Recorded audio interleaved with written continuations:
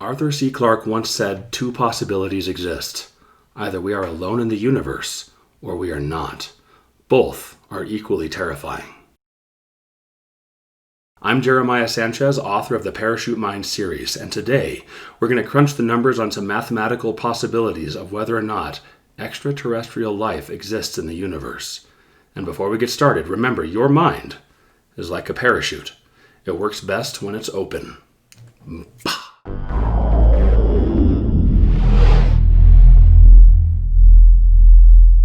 We are the only inhabitable planet in our entire solar system, which is about 7.5 billion miles from end to end.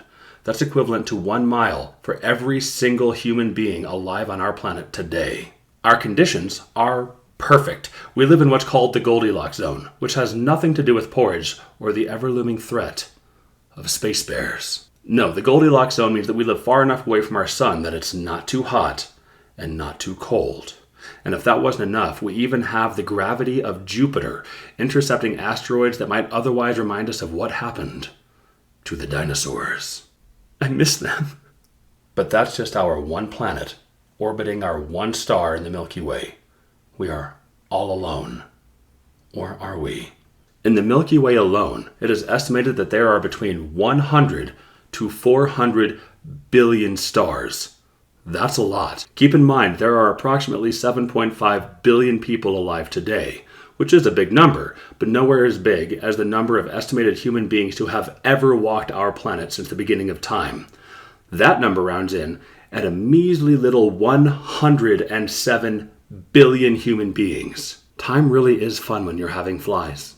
So if you can wrap your mind around that, every single human being that you know, every single human being that you have ever heard of that has ever existed throughout the entire history of our world, that number is the low estimation of how many stars are in our galaxy. In fact, before the numbers in this video start getting absolutely bananas, let's round down. Let's subtract every single human being alive today and say that there are only 100 billion stars in our Milky Way. Only 100 billion. And that's just one galaxy. Just our itty-bitty Milky Way candy bar. But how many galaxies exist? In the 1990s, it was estimated that there are approximately 200 billion galaxies in the observable universe. And since then, that number has been updated due to better research, tools, math stuffs, and whatnot. And the new numbers claim that 200 billion is approximately 10 times too low. That would suggest that there are approximately 2 trillion galaxies in the observable universe. That's crazy. For the sake of this video, let's conservatively assume that there are only 100 billion stars per galaxy. That would equal an absurd number like 200 sextillion, a 2 followed by 23 zeros. That is equivalent to every single drop of available fresh water on Earth. Every single drop. The only reason to claim that we are alone in the universe is arrogance. Ignorance is no longer an excuse. 200 sexyterians. If every single one of those stars had a single planet in their Goldilocks zone, that would equal 200 sextillion planets in the observable universe. That's not even including the unobservable universe. That is a universe teeming with life. But let's assume the worst, shall we? Let's assume that 99% of those stars don't have a single solid planet in their Goldilocks zone, not even a desolate rock. That would leave us with the bare minimum 1%, equaling 2 sextillion planets. That is 4 times the number of grains of sand on Earth. Think of sand. You know sand. That tiny little butt crack glitter. You know this stuff. Now think about all of it. Every single grain on every single beach across the planet. How much do you think there is? Is your guess a lot? It should be, because it is. Now take the entire number of grains of sand on our planet and multiply that number times 4. That's how many inhabitable worlds would exist if only 1% of stars had a single planet in their Goldilocks zone. Now, skeptics will say that that number is still far too high, which, sure, fair. let's play to you doubters out there. That's always fun. Let's say that 99% of those inhabitable planets don't have any life on them. They're just too young. They're not ready yet. That would leave us with only 1%. Only 20 quintillion inhabited planets. For scale, let's convert that number to inches. 20 quintillion inches away from the surface of the Earth is approximately 53 light years. That is farther than the most distant star we can see with our little human eyeballs. But can we get more precise? Let's say that 99% of those planets have life on them, but not intelligent life, at least not by our standards. Just a bunch of alien zoos with no zookeepers. That would leave us with the mere table scraps of 1%, or 200 quadrillion inhabited planets that include any intelligent life. For scale, 200 quadrillion seconds is about 6.3 billion years. Are you dizzy yet? What if 99% of those intelligent species only ever make it to their first phase of development and exploration? Meaning they go extinct after only ever exploring their own planet. Land, water, land, water, land, water. Check, check, check. Good job, cave people!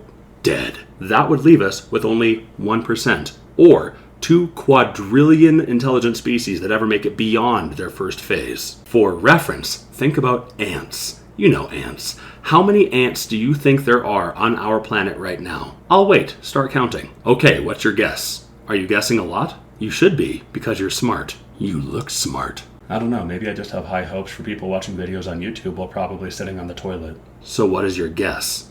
Is it 1 quadrillion? Good job, I'm proud of you, that's correct. According to our scientists, that's how many ants are on our planet today. A 1 followed by 15 zeros. We have conservatively whittled down our number of planets to 1% of 1% of 1% of 1%. And that number is double the number of ants on Earth. But what if 99% of those species only ever make it to their second phase? Meaning science. They've mapped out the majority of their worlds and they've gone through the process of building tools, utilizing agriculture, booming with industry, harnessing electricity, and creating technologies. And then came their extinction. Sad. If only 1% of intelligent species make it beyond their second phase, that leaves us with the staggeringly low number of 20 trillion species to make it to their third phase. We are one of those planets. Earth is technically in its third phase. The third phase of development and exploration is exploring beyond one's planet into the stars. We have developed and advanced into such high intelligence that we want to know what exists in the infinite beyond. And we've only barely dipped our toes in. We've made it to the moon. And we're so creative that we even named our moon the Moon. So there's a question for you. If you could rename our moon to anything, what would you rename the moon? I think I would name it Margot Robbie, because her mooning me would be prime. What if there are 20 trillion planets as advanced as we are? The CIA claims that there is approximately $80 trillion worldwide. Convert that however you need to. Imagine 1/4 of every single dollar on Earth. Now picture that many planets exploring the universe. According to the math, that is an incredibly low estimate. The real likelihood is much higher than 1% of 1% of 1% of 1% of 1% reaching their third phase. Moving forward, let's assume that 99% of those planets don't survive due to nuclear apocalypse, war, overpopulation, starvation, or other cataclysmic circumstances we haven't even considered yet. That would leave us with only 200 billion planets worth of intelligent species able to do more than just dip their toes in the third phase. Only 200 billion. Let's say that 99% of those planets never make it beyond their own solar system. That would leave us with only 2 billion species that ever make it beyond their own neighboring planets. Next! Let's assume that 99% of those planets never make it beyond their own galaxy, which, to be fair, galaxies are huge. The Milky Way, for example, is approximately 100,000 light years across. But what if 1% did? That would leave us with 20 million intelligent species that make it beyond their own home cluster of stars. Next, what if only 1% of those species ever discover elastic light? Elastic light is the microscopic properties of elasticity found within light that can be harnessed by biological beings to transport from one inhabitable world to another at amplified light speeds. Now, Earth hasn't found it yet. It's not in any textbooks that you can study. I would highly recommend this book if you'd like to know more. Anyways, if only 1% of intelligent species that make it beyond their own galaxy ever discover elastic light, that would leave us with only 200,000 alien species able to harness elastic light and travel between galaxies at will. But oh, we ain't done. What if 99% of those species die in transit? Because space is huge. There's so much opportunity for calamity. If only 1% survive their journeys traveling between galaxies, that would leave us with only 2,000 intelligent species that make the trip. Can you handle one more? What if only 1,000th of those species ever stumbled upon the fourth phase? The fourth phase is a developmental step so mysterious and terrifying in its infinite unknown that no one has explored it. In this book, that's exactly what happens. Only 2 species make it all the way to the fourth phase, and only one of them is willing to explore it, but not themselves. Fear has them searching for daring souls on other worlds and distant galaxies, testing them and recruiting them to brave the unknown and explore where no one else dares. So, will you be the first human being in the pantheon of alien voyagers to explore the fourth phase?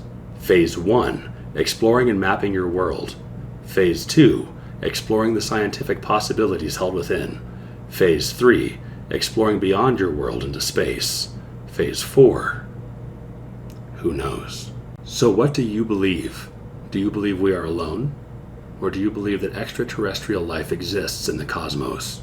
If you've enjoyed this video, like it and subscribe to the channel so that we can become best friends and you can discuss new what if videos coming out soon. And as always, may death not find you sleeping.